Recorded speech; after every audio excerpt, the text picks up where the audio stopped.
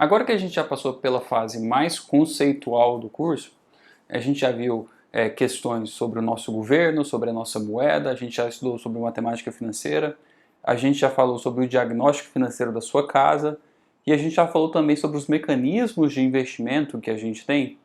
A gente pode falar diretamente sobre como você deve investir o seu dinheiro. Qual que é a estratégia de investimentos ou como você se prepara para o futuro. E aqui a gente tem alguns passos. E o primeiro passo que a gente precisa discutir, isso aqui tem que ficar muito claro para você, é que você precisa, em primeiro lugar, arrumar a sua casa. O que eu quero dizer com isso? É que você não deveria ter nenhum tipo de crédito ou nenhum tipo de dívida desestruturada. E eu estou me referindo aqui ao crédito rotativo do cartão de crédito, ao limite de cheque especial lá na sua conta corrente, a um empréstimo pessoal, a um CDC. Esse é um tipo de crédito ou de empréstimo ou de dívida que é muito ruim, porque a taxa de juros é muito alta. A gente tem preferência a contratar crédito para ativos reais e a gente chama isso de financiamento. Então, esse tipo de crédito que eu estou falando, por exemplo, o rotativo de um cartão de crédito, é muito mais caro do que, por exemplo, um financiamento para adquirir um imóvel. Porque existe um ativo real e esse ativo real é a garantia daquele crédito, ou melhor, daquele financiamento. E justamente porque existe um ativo real como garantia do financiamento, as taxas de juros são mais baixas, porque o banco tem um risco muito menor ao te emprestar esse dinheiro. Porque, na pior das hipóteses, quando você se torna inadimplente ao dever um financiamento imobiliário, na pior das hipóteses, o banco vai lá e toma essa propriedade de você. Então, como não existe essa possibilidade quando, por exemplo, você atrasa a fatura de um cartão de crédito, os juros precisam ser muito altos. Então, o seu primeiro objetivo financeiro é se livrar desses créditos desestruturados. Se livrar como? Pagando o que você deve. E para fazer isso, você precisa de voltar lá naquele módulo que a gente fez o diagnóstico financeiro e ajustar as suas finanças e priorizar isso. Olha só, você não pode sair para jantar fora se você está devendo esse tipo de crédito. Você não pode gastar para comprar roupas novas se você está devendo esse tipo de crédito. Os seus gastos discricionários eles têm que ir muito próximo de zero se você tem créditos ou dívidas desestruturadas. Primeira coisa sempre é arrumar a sua casa. É importante que você entenda esse ponto porque não existe investimento, não existe pensamento a longo prazo que supere os juros desse tipo de crédito e dívida desestruturada. Não tem como. Primeiro você arruma a casa para então se preocupar com as próximas etapas. É aqui que entra o segundo passo no processo da construção do seu portfólio de investimentos. O segundo passo é a criação da sua reserva de emergências. Se você ainda não tem uma reserva de emergências, isso aqui deve ser uma prioridade para você. Primeiro você arruma a casa e o segundo ponto é a reserva de emergências. Você precisa ter uma reserva de emergências. Por quê? Porque emergências, elas acontecem com a gente. A gente não consegue, muitas vezes, se preparar para a emergência, a gente não consegue saber o que vai acontecer, eu não tenho um controle sobre o futuro. Então, eu não tento prever qual será o futuro. Eu deixo uma reserva financeira no meu caixa, altamente líquida, porque eu posso precisar disso. E existem algumas coisas que acontecem com a gente com uma certa frequência e ainda assim a gente considera emergência. Por exemplo, bater o carro. Se você bate o seu carro, você tem que pagar o conserto do carro. E você precisa de ter dinheiro para pagar o conserto do carro. Aí é muito comum a gente encontrar umas pessoas que ficam andando com o carro amassado durante muito tempo. Por quê? Porque essas pessoas não têm o dinheiro para mandar arrumar o carro. Elas não têm o dinheiro na sua reserva de emergência para consertar o carro. Outra coisa, por exemplo, um problema dentário, que é uma coisa que não acontece com tanta frequência. Então pode ser que você tenha um problema dentário. Em geral, o tratamento de dente não é uma coisa tão barata assim e você precisa de seu caixa para resolver, porque é um problema emergente, na verdade é um problema urgente esse, porque a gente não suporta dor de dente. Então você tem que ter um caixa ali para algum problema de dente. Existem outras coisas, pode ser que alguma doença te afaste do seu serviço durante alguns dias.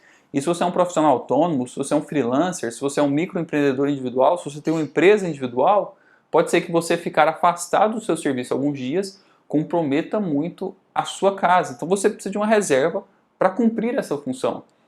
Existem algumas maneiras de calcular uma reserva de emergência, mas na literatura geral, os autores falam que você deveria ter 6 vezes os seus gastos obrigatórios. Lembra lá da aula de diagnóstico financeiro? A gente dividiu seus gastos em duas colunas, tem os seus gastos obrigatórios e seus gastos discricionários. A maioria dos autores fala que você precisa ter 6 vezes os gastos obrigatórios, porque em 6 meses você consegue resolver seus problemas, né?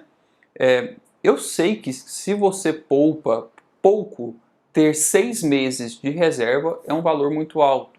Então você não precisa ter como objetivo primário juntar logo essas 6 vezes os seus gastos obrigatórios. Mas você precisa de ter pelo menos uma vez os seus gastos obrigatórios.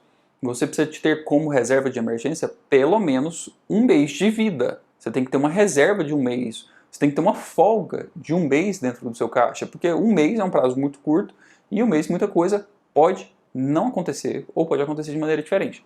Então isso aqui tem que ser uma prioridade dentro da sua vida. É uma prioridade. Esse aqui é um projeto. Olha, neste mês eu vou juntar uma reserva de emergência. Pode ser que você não consiga juntar um mês de gasto somente em um mês de poupar, né? Você não consegue poupar em um mês o equivalente a um mês de gasto no mês seguinte, dependendo do seu padrão de renda, né? Então, você tem que assumir isso aqui como sendo um projeto. Então, olha só, eu não vou sair à noite, eu não vou ir para o bar, eu não vou comprar roupas nesse mês. E com isso eu consigo poupar como forma de reserva de emergência tantos por cento. É um objetivo, e isso aqui é um objetivo de curtíssimo prazo, e você tem que se empenhar em adquirir isso. Olha, eu vou cancelar tais serviços de streaming, esse mês eu vou fazer... Você tem que se esforçar para que nesse mês você junte uma reserva de emergência, e se você se esforçar, por exemplo, em juntar 20% por mês, você demora 5 meses para juntar a reserva de emergência. Se você consegue juntar 30% por mês, são 3 meses. É um esforço que pode não valer a pena. Por que é um esforço que pode não valer a pena? Porque, como é uma reserva de emergência, a gente junta esse dinheiro sempre para os piores casos. E pode ser que não aconteça o pior caso. Isso aqui é mais ou menos a mesma ideia quando a gente contrata um seguro de um carro. A gente contrata seguro de carro para que, no caso de houver um furto, você não tenha a perda daquele ativo. No caso de uma batida séria, você não tem a perda total daquele ativo. Mas a gente espera que não sofra nenhum furto, a gente espera que não sofra uma batida a nível de perda total, a gente espera que não passe por nenhum alagamento. Mas a gente vai lá e mesmo assim contrata o seguro do carro, porque se alguma coisa acontecer, você está segurado. A mesma coisa acontece na reserva de emergência. Você vai passar por um esforço sério para juntar esse dinheiro da reserva de emergência e pode ser que esse esforço sério não se pague. Pode ser que você nunca precise da sua reserva de emergência, mas esse é um dinheiro que precisa estar lá. Nas empresas, a gente chama esse dinheiro de capital de giro. Esse dinheiro, que é uma reserva de emergência, entre aspas, nas empresas a gente chama de capital de giro, porque ele é importante para que a empresa funcione como um todo. Então, por exemplo, se você vai lá e tem esse gasto com um dentista, você precisa fazer um tratamento de dentes. Então, você vai lá e consome esse recurso naquele mês.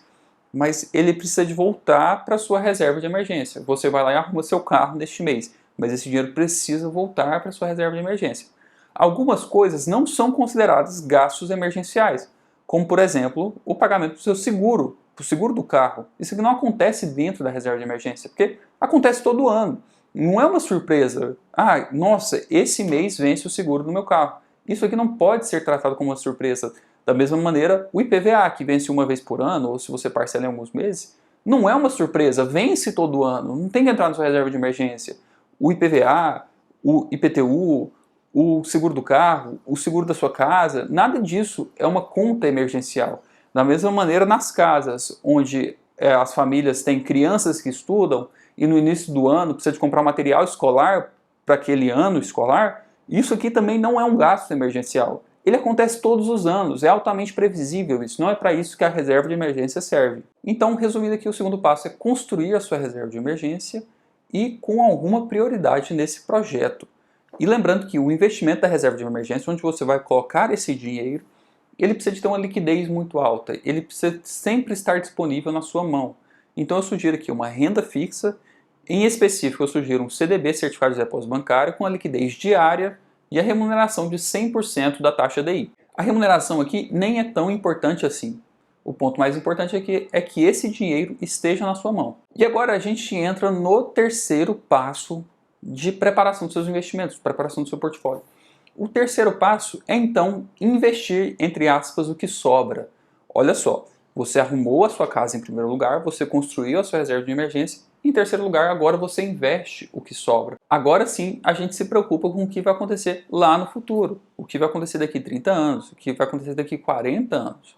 E agora, a gente precisa de montar um portfólio de investimentos que seja balanceado, um portfólio de investimentos que seja inteligente. Porque não adianta agora a gente, depois que passou por todas essas etapas, simplificar, olha, como você vai passar pelos próximos 30 anos, como você vai investir por 30 anos, é muito simples. Você aplica tudo o que sobrar, né, agora que você está investindo, tudo que sobrar você aplica em ações. Não é tão simples assim, porque o mercado de ações ele passa por vales muito longos. Então, eu já coloquei esse gráfico aqui, eu vou colocar de novo. O mercado de ações já passou por vales de quase 5.000 dias. Ficou 5.000 dias andando de lado. Então, não houve rentabilidade nesse período. Então, a resposta para os nossos investimentos não é tão simples assim. Não é só colocar no mercado de ações. Não é só colocar no mercado de renda fixa. Não é só colocar no fundo de investimento imobiliário. A gente precisa de fazer isso aqui com prudência, já que a gente vai atravessar vários ciclos econômicos e já que a gente está investindo para o nosso longo prazo. Nas próximas aulas eu vou te mostrar estratégias de diversificação de investimentos, como eu aplico o meu patrimônio e como é que a gente se protege do Brasil. Bora para a próxima aula.